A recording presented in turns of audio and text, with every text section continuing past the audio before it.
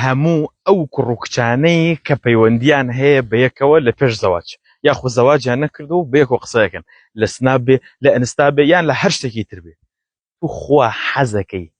کەسێک لەگەڵ خوشەکەی تۆ قسە بکە ئەی کوڕی بەڕێز نەخیر ئەی خوشکی خۆم حەزەکەی کوڕێکی تر لەگەڵ خوشەکەی تری لەگەڵ ئامۆزاکەی تری قسە بکە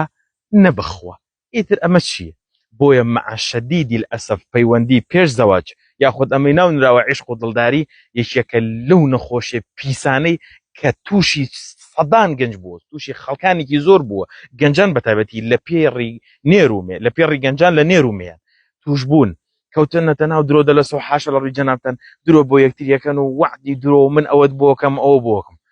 وەڵام مامە کاتێکە زانی ئەبێ بە شەڕیان باشە ئەبێ بە شەڕێک مامە کوڕە و کوڕێ لەو بەینا دەرچێ هیچیان یەک ناگرێت دوایی لە یەک جیا بنەوە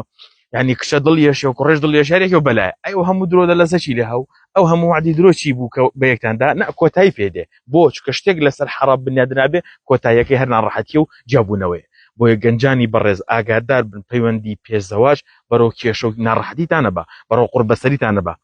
لە عاقڵترین و بەڕێزترین و چاکترین زەواجەکان کە بکرێت لە بینی کچ و کوڕا ئەوەیە کە بەڕاستی پێشتر پەیوەندیان نەبوو بێ کە پەیوەندیان نەبێ و کچ و کوڕێک دەگەن بە یەکتری ژیانێکی زۆر ئاسوودە وە زەواجێک عەقدی نیکاحێکی زۆر سەرکەوتوانە ئەبەستن بش بەخوای پەروەردگار بەڵام بێجگە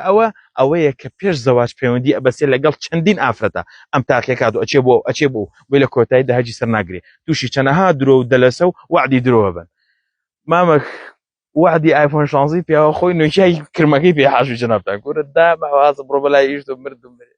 بۆیە ڕەحمەتان لێبێت توش بوون بە پەیوەندی لەگەڵ ئافرەتایەکێکە لەو نەخۆشیانەی کە گەنجانێکی زۆر تووشی بوون بەبێ ئەوەی نیەتی زەواجیژی هەبێ بۆیە ئاگادار بن ڕەحمەتی خواتان لێبێ خوشکان و برایانی خۆشەویست لە هەردوو لای با تووشی ناڕەحەتی و خەم و خەفەت و دەرد و کێشە نەبی لە کۆتاییدا.